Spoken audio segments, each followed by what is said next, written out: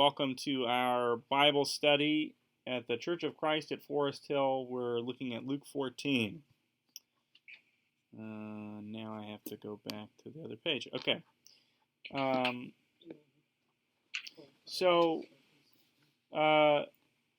Luke 13, Jesus gives various pictures of what the reign of God looks like. And then he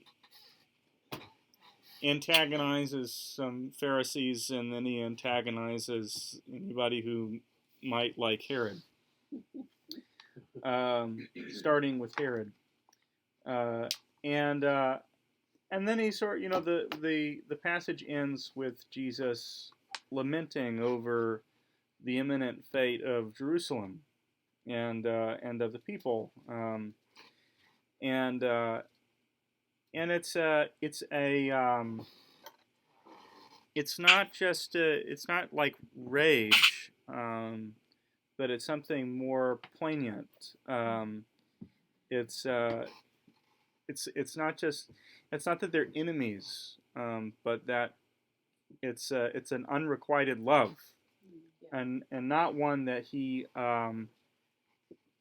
throws out, but one that they have rejected him. He's mourning for Jerusalem. Yes. Mourning. Mm-hmm. Yeah. That's exactly right. Yes. So he's in the position of he's in the position of a prophet here, and we've talked about this a few times. But Jesus is not just a prophet, but very often he performs. He talks like a prophet and does things that prophets do, and this is prophets on the one hand they do a few things when you read them all the way through, and particularly the major prophets, but they do a little finger wagging, which we're familiar with, and not just finger wagging, but it's real serious indignation, and then they have some encouragement as well. There's a lot of hope. The passages I've been preaching on from Isaiah are generally hopeful passages, the ones that I've been preaching on lately. But then they also have a sort of lament component as well. Lamentations.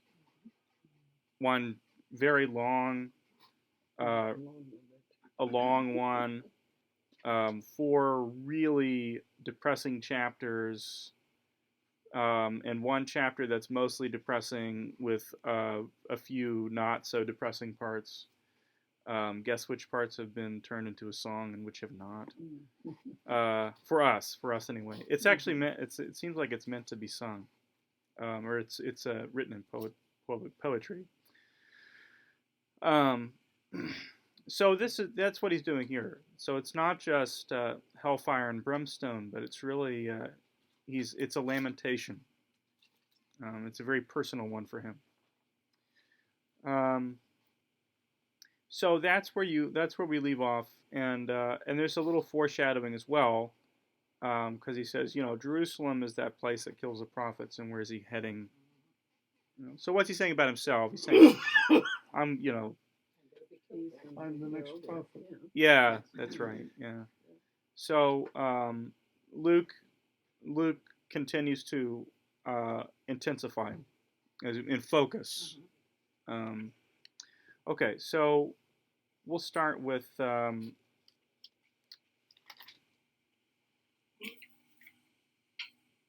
Pam, if you would read verses 1 through 6. The picture is so best. One Sabbath, when Jesus went out to eat in the house of a prominent Pharisee, he was being carefully watched.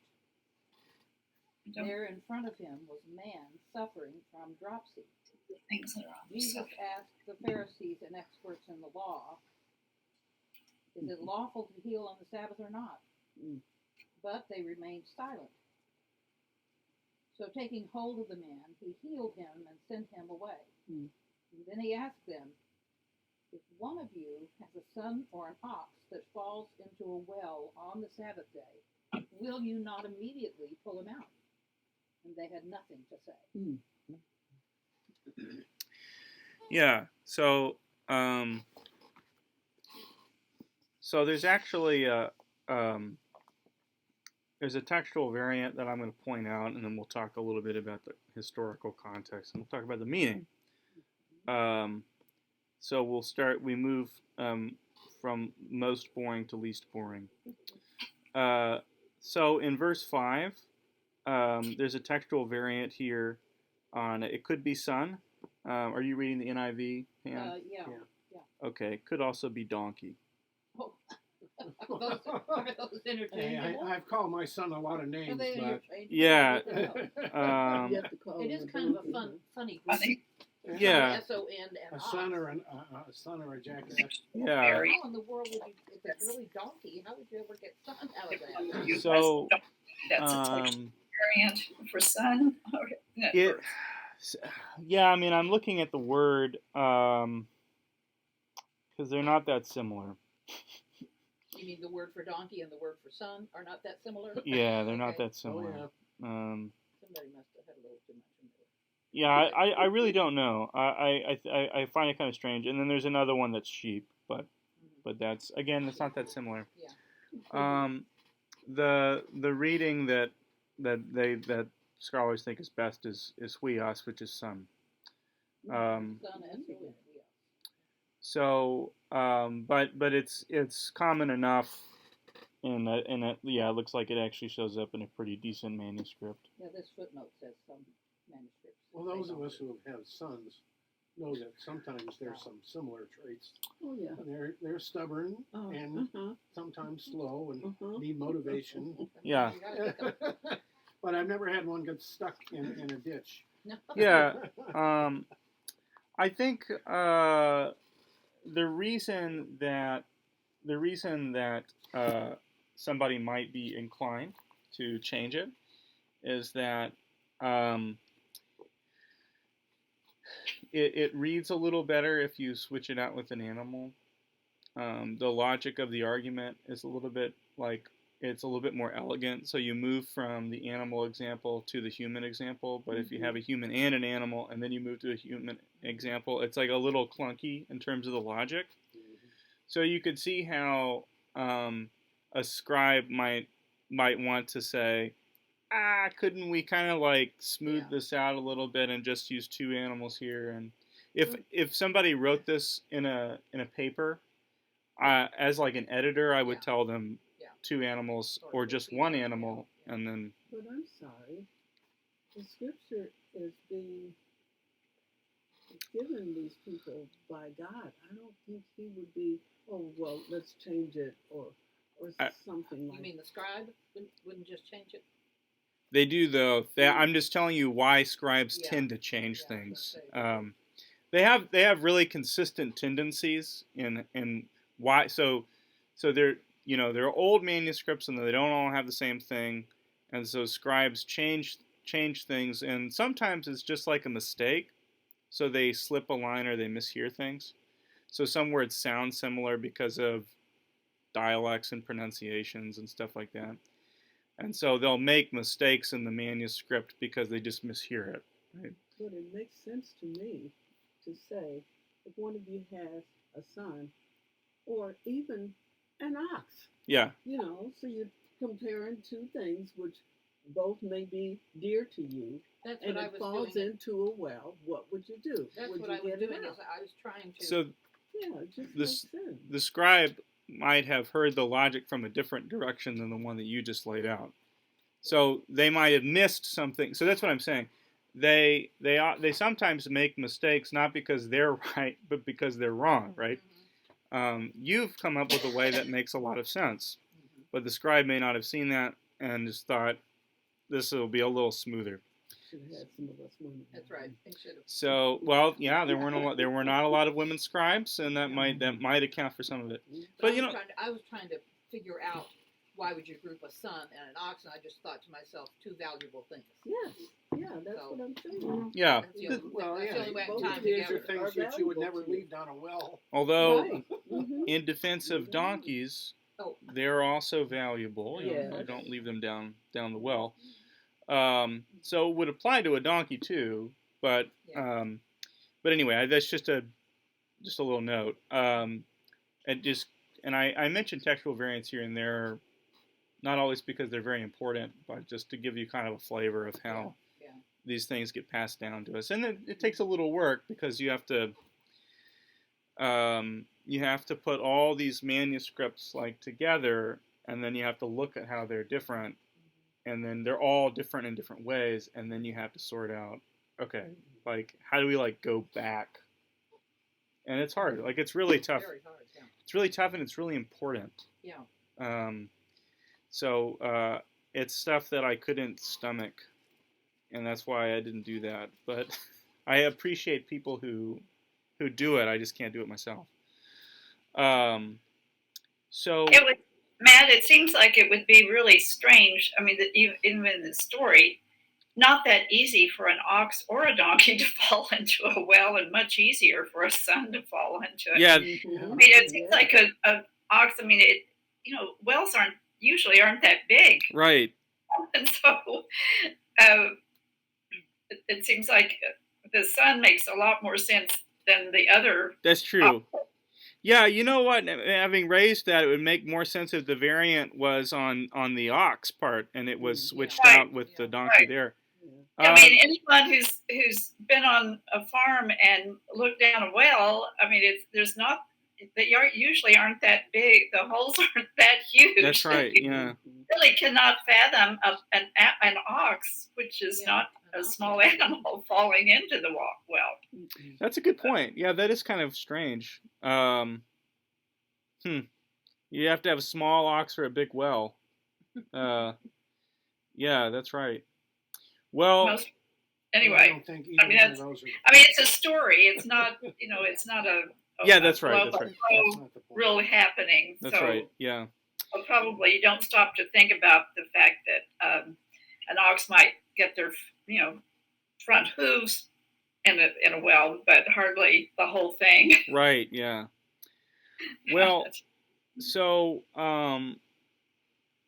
okay. So the setting of this is that it's the Sabbath, It's right? the Sabbath. Yeah, that's important. And he's at a Pharisee's house, which we often notice when Jesus is at tax collectors' houses, but he also hangs out with Pharisees, which means, I think it means a couple things. One is that Jesus does not write the Pharisees off as a group, though he does occasionally. I mean, he's about to have a little bit of a confrontation with this particular Pharisee in a moment, but sometimes he does eat at Pharisees' houses, and it isn't a confrontation. So there are some Pharisees that are receptive to Jesus, just period. So they're not opposed to him as a group. The other thing is that Jesus is not opposed to them as a group. So yeah, I mean, I point this out because we can, and sometimes the Gospels will even kind of like set the narrative up in that way, just by talking about the Pharisees did this and the Pharisees did that. Whereas if you were to talk to Luke and say like, well, couldn't you say some Pharisees, and but they can't qualify everything the way but it's just they're not all in this bad group, right? Some of them are, and some of them aren't. Would Jesus have been invited, or would he have just gone to this house? No, it seems like he was invited. Right. Yeah. Yeah, and that suggests something too, because when Jesus, who you eat with is a sign of respect. So you don't invite somebody unless you respect them, and you don't accept an invitation unless you have some respect for them. There's a sense in which you eat with your social equals, and so for the Pharisee to invite him means that they do think that there's some reason for him to be there, that he's important in some way, that there's some honor that's being extended to him. Well, in the case of Jesus, though, a lot of the times, especially with the Pharisees or these other leaders, they're not inviting him because they necessarily respect him. It even says he was being carefully watched. Yeah. Okay, and usually they're watching for an opportunity to make him say something, trip him to trip him up on something, and that happened. We see that over and over again. Yeah. Happening. And every But- question that Jesus asked them, they were silent on. Yeah, Right. They wouldn't even answer. But the particular guy that invited him was not the guy watching. Yeah.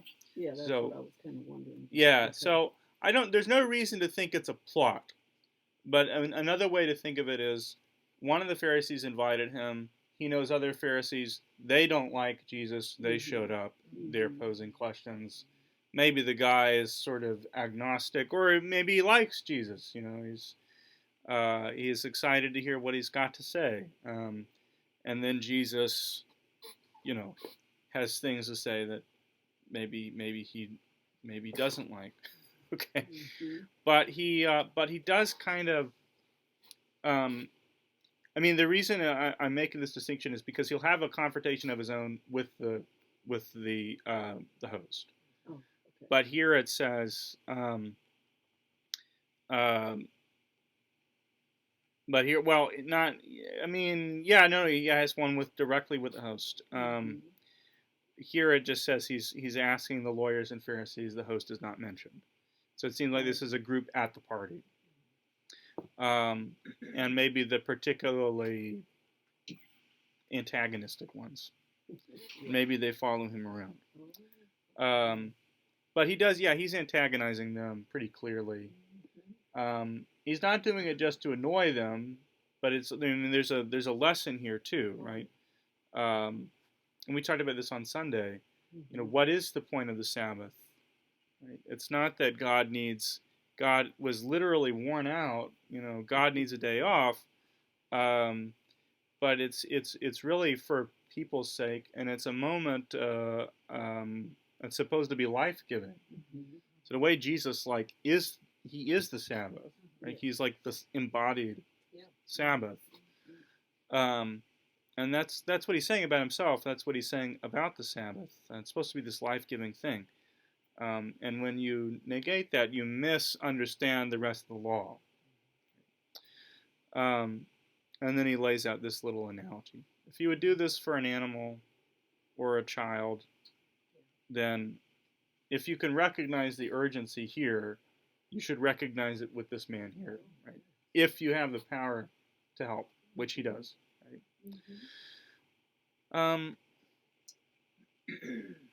Other thoughts or questions before we move on to the next part of the dinner party? Okay, this is a long dinner party in Luke. Yes. Yeah, it goes on for a little bit. Okay, Kip, would you read from 7 to through 11? When he noticed how the guests picked the places of honor at the table, he told them this parable. When someone invites you to a wedding feast, do not take the place of honor, for a person more distinguished than you may have been invited. If so, the host who invited both of you will come and say to you, "Give this man your seat," and then, humiliated, you will have to take the least important place. But when you are invited, take the lowest place, so that when your host comes, he will say to you, "Friend, move up to a better place." Then you will be honored in the presence of all your fellow guests.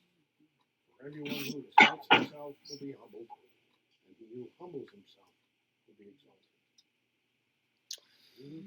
Okay, so this works on a few different levels. One, this is like life advice that he's giving them on some very basic level. You guys are trying to get these spots because you have this social hierarchy in your mind. And this is very difficult for human beings to get out of our minds. And you can see it functioning in the institution and any social grouping. It's hard to miss. And Jesus is saying, don't reinforce that, basically. So, and in a sense, like, don't put yourself in a position to be embarrassed. There's a sense in which it works like that. there's a sense in which he's also doing something more radical, in which he's basically just saying, don't don't do the social hierarchy thing at all. Like, which when you follow that out, that's very radical. That's that's really very, very, very radical, and particularly in that world. I think I've mentioned before the thing with Cicero, who's he's about 100 years before Jesus, but he talks about how fishermen are the lowest of everybody, and the most disgusting people of the lowest order of people, because they deal with the food. You know, he's a farmer, so I don't know how Cicero was like. He had a big estate out in the country and stuff. So I don't know how he gets off on that, but I would think if you grow grain and grapes for a wine and olives and stuff, you aren't handling other people's food. But that's how he saw it. So Jesus is actually like he's embraced this by his sort of motley crew of disciples who come from all different kinds of social backgrounds. So it is a radical thing that he's saying. I was, before I was here, I was in D.C., and D.C. is a thoroughly socially stratified place. As I think any capital city, I imagine, is, going to be that way. And it's really obvious there. It's less obvious in other places, but it's really obvious there, because if you talk to somebody, and you're not I didn't have anything to do with any of the governance or anything like that. Nothing to do with politics. Yeah, I was just sort of like the furniture, just sort of around, DC. I just so happened that my institution was in the city, and so I'd be in situations where I would be talking to people, and they would, everybody there is really smart, and so they, if they learn that you're a scholar or something, some of them will try to pretend like they're dumb, but they're not. Really? I'm one of the normal people. Like, I'm so stupid, just like you guys. Like, that's a political move that people make, right? And but they're not they're not. They're all really pretty smart, and so when they learn that you're a scholar, they're so like, oh, that's so cool. I want to know everything about everything that you study and everything like that. But then so you'd be talking to somebody, and then someone else would come in. A bigger fish would come in and say, "Oh, I'm sorry. Yes. We'll have to continue this conversation later." Oh, And at first I couldn't figure it out, because I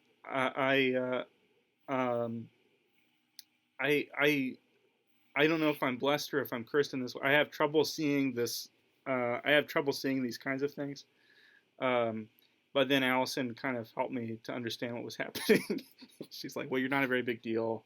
And, I'm sorry to tell you this, but Low on the totem pole. you're not all that. you're not a very big deal. So they want to go talk to people that will help them with their Of careers, course, yeah. and you won't help them at all with their careers. And I'm like, "Well, that's true.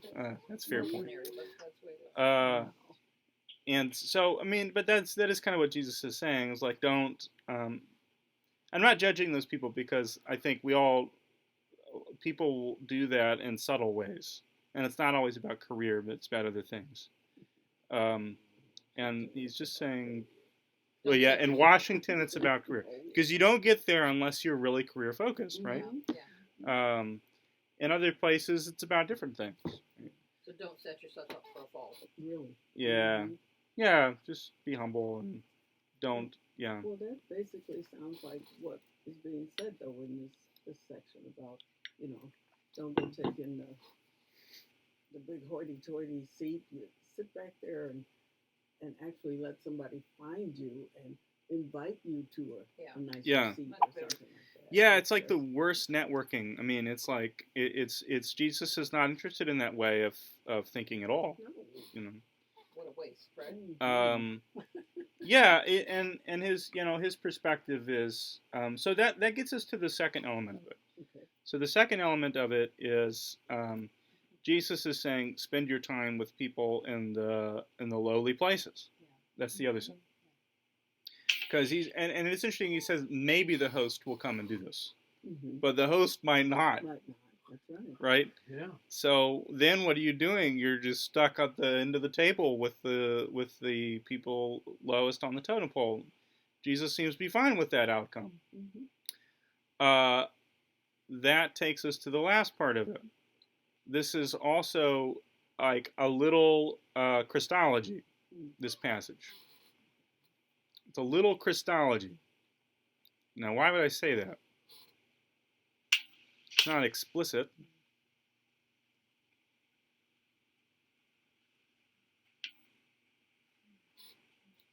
Give you last being first and the first thing last. Yeah, let me. You know what? I'll read another passage that's not from anything that Luke wrote, but it might jog things a little bit, help you to see exactly what I mean. Let the same mind be in you that was in Christ Jesus, who, though he was in the form of God, did not regard equality with God as something to be exploited or grasped. Philippians 2. But emptied himself, taking the form of a slave, being born in human likeness. And being found in human form, he humbled himself and became obedient to the point of death, even death on a cross. Therefore God also highly exalted him and gave him the name that is above every name, so that at the name of Jesus every knee should bend in heaven and on earth and under the earth, and every tongue confess, and so on, right? That's the dynamic that you see in the passage, right? So Jesus is the person that takes the lowest seat and is raised up to the highest. Right? And so in a little way, this passage is really, it's not just like life advice, but you're reproducing what Jesus did in his own life, his coming down and coming up. So it's actually a lot more than just where do you sit when you go to dinner, avoiding shame. It's not just about that. So that's it, and I think that too for us anyway. The reason that social hierarchies get enforced is that we have trouble seeing beyond them. So that if we get put in a bad position or a lowly position, we say that that's it. Well, I'm done. I'm toast or whatever. Right? And in the Jesus story, we see somebody who gladly accepts the lowest position, knowing there is life beyond it. Yeah. Right. If you can make a comeback from the cross. That's about the top. Yeah. Right. Do anything. Yeah. I mean that is social death in their world. Right? So to be put into this social category is not a bad thing at all. And then James, when we read through James, James talks about the poor and the lowly as our patrons, as the true patrons, right? So the people, you shouldn't be bowing and scraping to the rich and the powerful in the city that come to church, so that they might be your patrons and help you out. But really, your patrons are the poor. They're the ones that will help you get into heaven. That's James's kind of theology of that. Okay, so other thoughts or concerns or questions about this passage?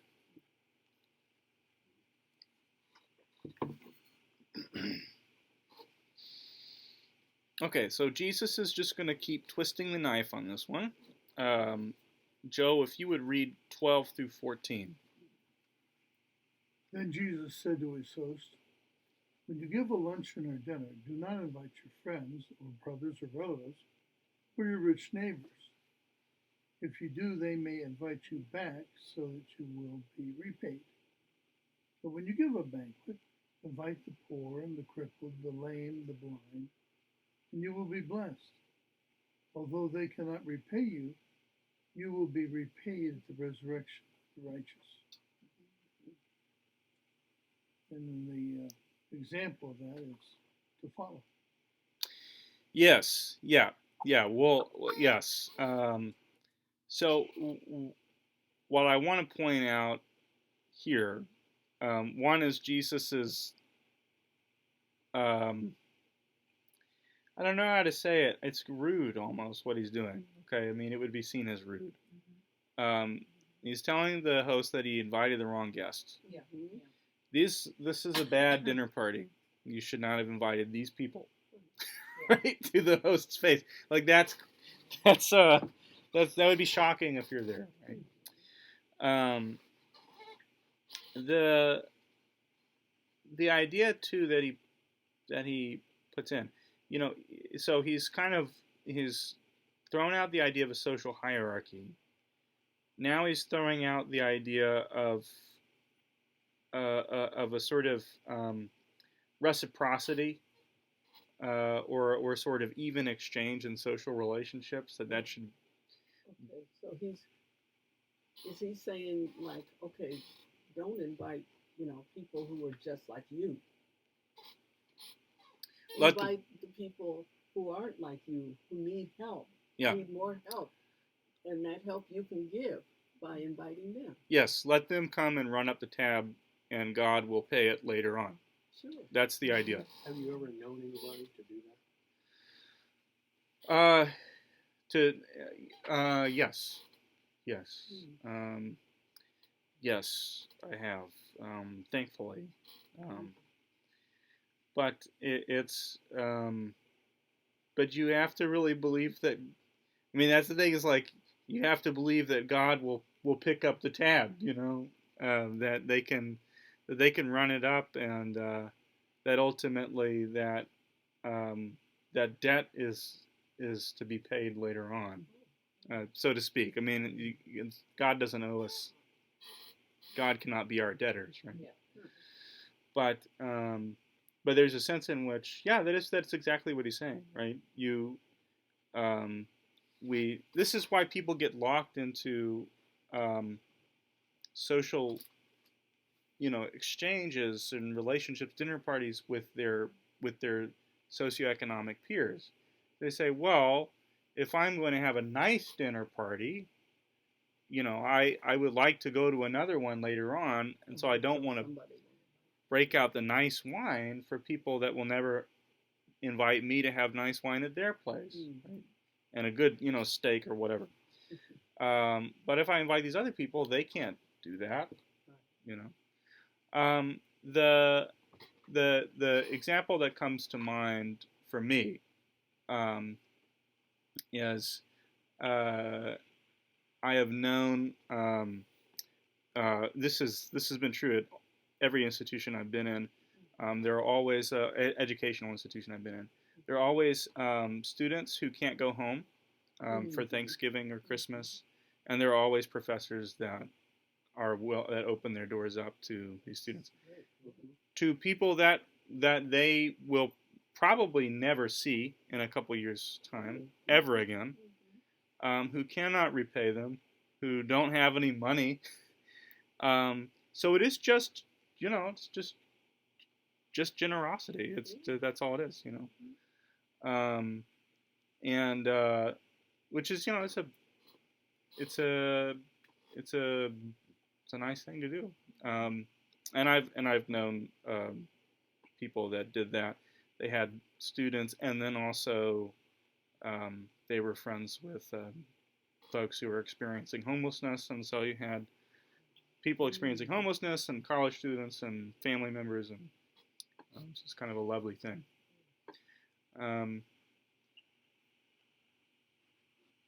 Yeah.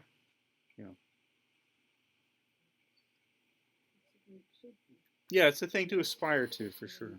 That's what I always say, when you do that kind of thing, that's when you're really being Christ-like. Yeah. This is what he would want you to do. Yeah, people that can do this and leave people with a feeling of leave their guests with a feeling of gratitude rather than a sense of obligation or guilt. That's an extraordinary skill. It must take a lot of practice. I've been mostly on the receiving end of that. I hope to be on the giving end of it. The things on the sofa back there, this is taking a picture of us, but also the things on the wall behind us. So the bed and the tunnel. So the anyway, so that's so Jesus is about to sort of turn this into a, I guess, an object lesson. So Portia, would you read that parable from 15 through 24? And then that's the end of this dinner party. Yeah, I guess I don't. I mean, maybe you'll see why people would why you would end abruptly after he finishes. Okay. It's just a picture. When one of those at the table with him heard this, he said to Jesus, "It doesn't change. Blessed is the man who will eat at the feast in the kingdom of God." Jesus replied, A certain man was preparing a great banquet and invited many guests. At the time of the banquet, he sent his servant to tell those who had been invited, Come, for everything is now ready. But they all alike began to make excuses. The first said, I have just bought a field, and I must go and see it. Please excuse me. I'm listening to this. Another said, I have just bought 5 yoke of oxen, and I'm on my way to try them out. Please excuse me. This is the village. Okay. Still another said, I just got married, so I can't come. The servant came back and reported this to his master. Then the owner of the house became angry and ordered his servant, Go out quickly into the streets and alleys of the town and bring in the poor, the crippled, the blind, and the lame. Sir, the servant said, what you ordered has been done, but there is still room. Then the master told his servant, Go out to the roads and country lanes and make them come in, so that my house will be full. I tell you, not one of those men who were invited will get a taste of my banquet. Okay. So there's a lot going on in this little passage, but what in the world is Jesus responding to? You know, he tells this parable in response to something. The hierarchy is just too busy to fool with Jesus. Yeah? I mean, who's he? Yeah. He doesn't sit on the sun. He's not a part of the temple hierarchy, and he's a nobody. Don't worry. So I think that's in the background for sure. Why wouldn't they show up, right? Yeah. So they have better things to do. That's exciting. He can't be that important if they think that. But there's somebody who says something. What is said that causes Jesus to? Well, the one who said, Yeah. What is he talking about? He's talking about being in heaven at the great feast. In the kingdom of In the God. kingdom of God. Yeah, He's mate. talking about more than some rich guy. So yes and no. Okay. I think in a sense I think in a sense they mean something more immediate than that, though. Yeah. So it seems like it's the messianic banquet. Yeah. But for them, that's not just heaven. So so they, and to their mind, and you all know this already, but the Messiah comes in, um, whips the Romans, drives them out, kills, blood in the streets, Mm-hmm. Oh yeah. all that kind of stuff, and then having rinsed the blood off of his hands, he sits everybody down for a nice banquet, and that's when the new age, the final age, is inaugurated. Mm-hmm. So, and that's why I said like yes and no. It just depends on what you mean by heaven, right? Right. So, but that's what he has in mind. Now, Jesus is not interested in like denying that would be the case. But this guy, if you want to think of it like this, what's he saying? Jesus has just said all this stuff about, inviting the poor and bringing in people that can't pay you back and throwing out any kind of social hierarchy. And this guy is saying, well, it'll be great when when the reign of God has shown up, and then that'll all be fixed. Mm-hmm. And Jesus's response is, this is what he's saying. The reign of God is here. Y'all aren't showing up. Like the banquet's happening. You're sitting with the Messiah. This is the banquet. Yes. Y'all aren't showing up because you don't get it. You're finding better things to do. And so he moves. The examples are really interesting in the way that they move. Right? So the first two are, they're. I've got my job. Mm-hmm. I have the land that I bought and the oxen that quite a few oxen actually. So these are wealthy, people to buy a piece of land. Could be small, could be big, but 7 yoke of oxen, 5 yoke of oxen is quite a few. It would be a large expense. And then he gets to marriage, which you would think would be a good excuse, and not even that. Not even that is a good enough excuse. So this is close to what he's going to say a little bit later on about family, about mother and father and sister and brother and all that, where Jesus says shocking things about mothers and fathers, but not even getting married is a good enough excuse. This is a bigger deal than that. That's the point. So they have in their mind, well, things will be, one of these days there'll be pie in the sky when you die. And so we'll kind of maybe not pay all that much attention. You're right, Jesus. Won't it be great whenever, we won't have rich and poor and all this kind of stuff at the end of time. And Jesus saying, the end of time has shown up. It's here. So get on board, right? Show up. And then he gets down to the end of it, and there's some kind of twists. The master becomes not very particular about who gets in at that point, right? So the sort of people at the top of your guest list have said no, so now we just take anybody.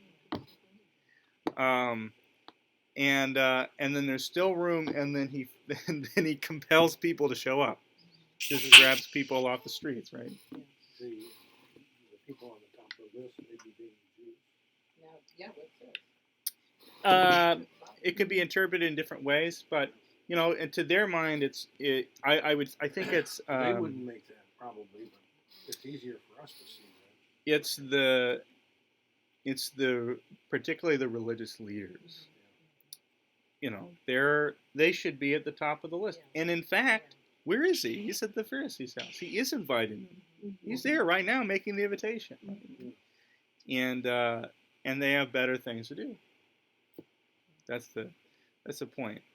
And so it's they should be the first people to show up, and they miss it. Specifically, they've got even good things. Yeah, they've missed the window of opportunity because the last verse says, not one of those invited will get a taste of my banquet. Yeah. You can't come now. Too late. Yeah, and the sad thing is they could, right? It's not hard. I mean, it is in a way, but it's not. They don't have. Get themselves out of the way enough to sit. Yeah, Mhm. yeah, that's right. So the invitation stands. They don't want it. He goes out and finds whomever. You know, we're the crippled and blind people that, or the people that got dragged off the streets. So there's a little bit of humility for those of us, for Christians, that when we're like, well, we're just like the weirdos who didn't get the first invitation. But that is what he's saying. It does seem to the other thing though is it's the room, the banquet room is pretty big. Mhm. You know, it's a pretty big room. He has trouble filling it. You know, so that's one of the elements too, is that it's not that God is stingy, that there's not enough to go around.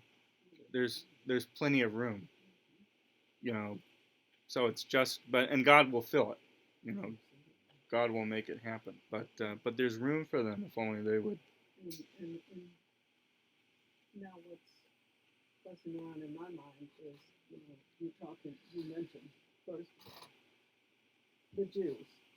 Okay, when you look back in the Old Testament, who was he saving?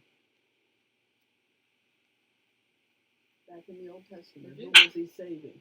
Jews. Okay. God's people. God's Time and again. people, and and he brought them through so many things. And there were still those who complained and didn't want to do what was right and all of that. And yet he brought them to. But you get over into the New Testament, and who is he calling them? Jews. The Gentiles. After the Jews. Yeah. Yeah. After the Jews, calling the rest of us. And so that's who he's talking about. Yeah. Is the rest of us, basically. At least that's the way I see it. That's what I see there. Yeah, so The banquet becomes the kingdom. Yes. yeah. Yeah. The sometimes the way that we phrase it can be, I think, not quite right. And I don't think you said this portion at all, but it's sometimes the way we phrase it. So what happens in the first century is it's not that the Jews reject Jesus. It's that some of them do and some of them don't. Right. Yeah. You know, so it's more like a split. It's more like a schism, right? So the ones that embrace Jesus just become Christians. The ones that reject him don't. But then the ones that stay in the church don't count as Jews. Like they don't show up in the census, so to speak, as Jews anymore. Right? And so we tend to think of it in that way. So what we have here are Jews talking to Jews, and some of whom don't want to show up, and some of them who do, right? And then the ones that don't show up means that there's room at the table. Who are you going to fill it with? Gentiles or whomever, right? Anybody. Whoever will come. That's kind of the setup. So it's not that all the Jews don't show up, but if you think about who among the Jews would get the first invitation, you'd think it'd be the religious leaders, and they definitely don't. Yeah. They don't show up as a whole, as a group. They don't, with a few exceptions. And so in that sense, that's more where you can make these kind of more sweeping statements. But for them as a group, it seems like a lot of Jews became Christians. Okay, so we'll kind of have to leave it there, and we'll get to Jesus talking about hating family members. Jesus' very strange family values. Yeah, right. I know. I went out when I mentioned being in D.C., but in D.C. on K Street, you have all these organizations that are family this and family that, and None of the Christian organizations that have anything to do with the family have that verse anywhere in the building. None of it's like, unless you hate father and mother. Like, that's not on the building, right? Like, but he does say that. Okay, so we'll get to that next time. Hate just seems like such a strong word. Yeah, Matthew doesn't use it. He uses a different word. Luke uses he says hate. So it's a What does Matthew mean? Matthew's word is more like prefer to, or prefer me to your family, basically. Luke says hate. They probably mean the same thing, but Luke is more comfortable with a sharper phrasing, which is interesting because Luke tends to be. Luke is a very careful writer, but the difference is, I think, that Matthew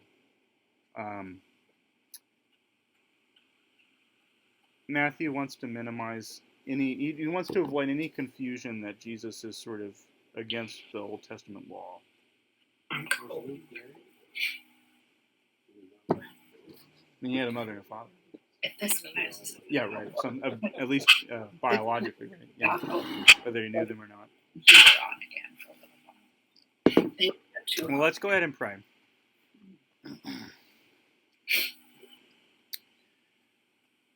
Lord, we thank you for the good things you've given to us.